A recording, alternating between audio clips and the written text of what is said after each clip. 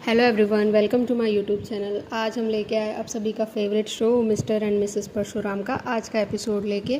आज की एपिसोड की शुरुआत में हम देखते हैं विकी किसी से बात कर रहा होता है। वो कहता है कि मुझे मेरे पैसे दे दो वरना मैं तुम्हारी प्लान को पूरी दुनिया के सामने ला दूंगा। कैसे तुमने मनाली का ट्रिप प्लान किया, कैसे वहाँ पर तुमने गुंडों को प्लांट किए और तुमने शिव पे गोली चलवाई थी, ये मैं पूरी दुनिया के सामने रख दूँगा। अगर तुमने मेरे पैसे नहीं दिए तो बहुत देर हो जाएगी।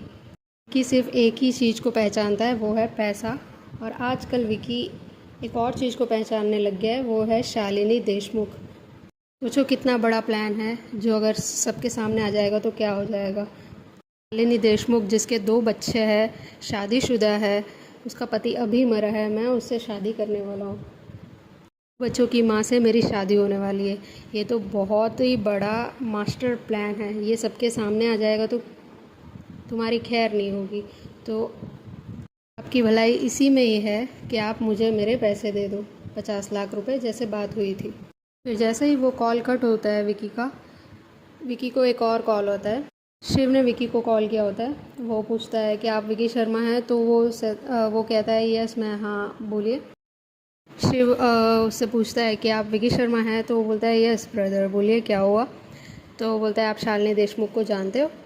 तो विकी बोलता है हाँ जी। तो बोलता है कि आप थोड़े दिन पहले मनाली गए थे। तो वो कहता है हाँ। फिर शिव उससे पूछता है कि शालिनी और आप एक ही होटल में रुके थे। तो विकी कहता है हाँ। फिर शिव उससे पूछता है कि वो तो अपने फैमिली के साथ थी जब मनाली गई थी। विकी कहता है हाँ तुम्हारी बात तो सही है, लेकिन उसके पति को मारने के बाद वो मेरे साथ आके रही थी, मेरे साथ। फिर हम ये बोलने वाला था, फिर वो बोलता है कि आप कौन, मैं आपसे ये सब बातें क्यों बोल रहा हूँ। शिव कहता है यही मेरा सबसे बड़ा सवाल है। फिर शिव फिर शिव विकी से पूछता है क्या तुमने कभी शालिनी को, फिर वापस रिपीट करता है क्या तुमने शालिनी को। फिर विकी समझ जाता है और वो, मैंने शालिनी को कभी टच किया है, तुम यही पूछना चाहते हो। तो बोलता है हाँ। विकी कहता है कि उसने अपने पति को मेरे लिए मारा है, वो मेरे लिए मनाली तक आई है, वो कोर्ट जाती है, तो सोच लो हमारा रिश्ता कितना गहरा होगा। विकी शिव से कहता है she is my love, Shalini is my love and I love हर। तो इस बात पे शिव टूट सा गया था, वो बहुत रोने लगा था। उसके बाद उसने फ़ोन कट कर दिया और वो चिल्ला रहा था, रो रहा था। फिर शिव ने विकी का कॉल कट करके उसने शालिनी को कॉल किया। तब शालिनी ने कॉल उठाकर उसने कहा हेलो। तो शिव कुछ बोल ही नहीं पाया। शालिनी बार बार रिपीट करते गए हेलो हेलो, बट शिव से कुछ बोला ही नहीं गया। वो बस रोता रहा। उसने बस फ़ोन का स्पीकर मतलब पकड़ के वो बस रोता रहा। फिर उसने कॉल कट कर दिया एंड शिव ने बोला कि I love you Shalini, that's it. फिर पीछे से शीतल आती है। वो कहती है शालिनी के लिए तुम मर चुके हो शिव, तुम मत रो। अभी हम दोनों की शादी की मैं तैयारियां करने वाली हूँ, आप मेरी मांग में सिंदूर भर देना बस। फिर शिव पास्ट की बातें सोचता है कि कैसे वो लोग खुश थे, वो लोग फैमिली में भी कितना एंजॉय करते थे। बिफ़ोर मनाली जाने से पहले भी उन लोग कितना खुश रहते थे बच्चों के साथ। शालिनी के साथ उसने क्या क्वालिटी टाइम स्पेंड किए, वो सारी फ्लैशबैक मेमोरीज उसको आ रही थी।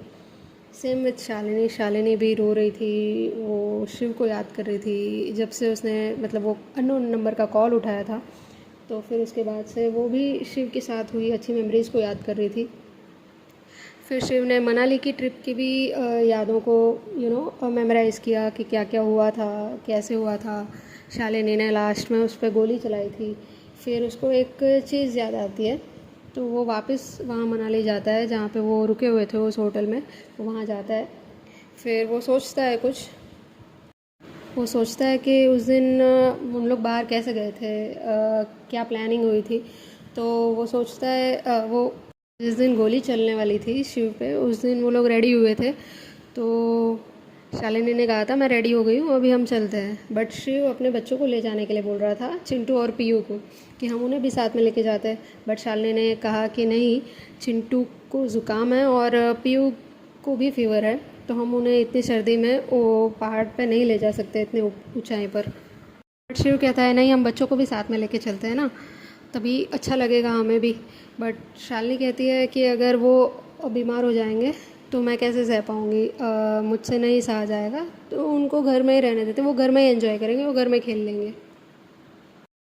बस ये शिव को याद आता है तो वो वापस शालिनी को कॉल करता है, बट शालिनी अंदर कुछ कर रही होती है। तो पीयू रहती है फ़ोन के पास, तो वो अपनी माँ से कहती है कि मम्मी आपका कॉल फ़ोन रिंग हो रहा है। तो शालिनी अंदर से कहती है कि उठा लो, आप बात कर लो, कौन है पूछो उनसे। तो जैसे पीयू उठाती है कॉल तो शिव कहता है क्या बेटी आप मुझे एक चीज़ बताएंगी। तो पीयू कहती है कि आपने मुझे बेटी कहा। तो शिव बोलता है हाँ। तो इमोशनल हो जाते हैं दोनों लोग ही। और फिर पीयू उससे पूछती है कि आप कौन बोल रहे हो। तो शिव कहता है आप मुझे एक बात बताइए कि क्या। शिव पीयू से पूछता है कि आप मेरे को एक बात बताइए, जब आपके पापा को गोली लगी थी उस दिन क्या मॉम और डैड जब बाहर गए थे, क्या सच्ची में आप दोनों की तबीयत ख़राब थी? क्या चिंटू को ज़ुकाम हुआ था, उसकी तबीयत ख़राब थी, और तुम्हें भी फीवर था क्या? तो फिर वो पूछ रही थी कि आप कौन हो, बट शिव ने बताया नहीं। तब तक शालिनी आ जाती है। फिर शालिनी ने कॉल लिया और वो उससे बात करने लगी शिव से, बट शिव ने कॉल कट कर दिया। फिर शालिनी ने पीयू से पूछा कि किसने बात किया था। तो पीयू ने कहा कि उसे नहीं पता। फिर मैंने पूछा कि उन्होंने क्या क्या बात की, आपसे क्या बोला।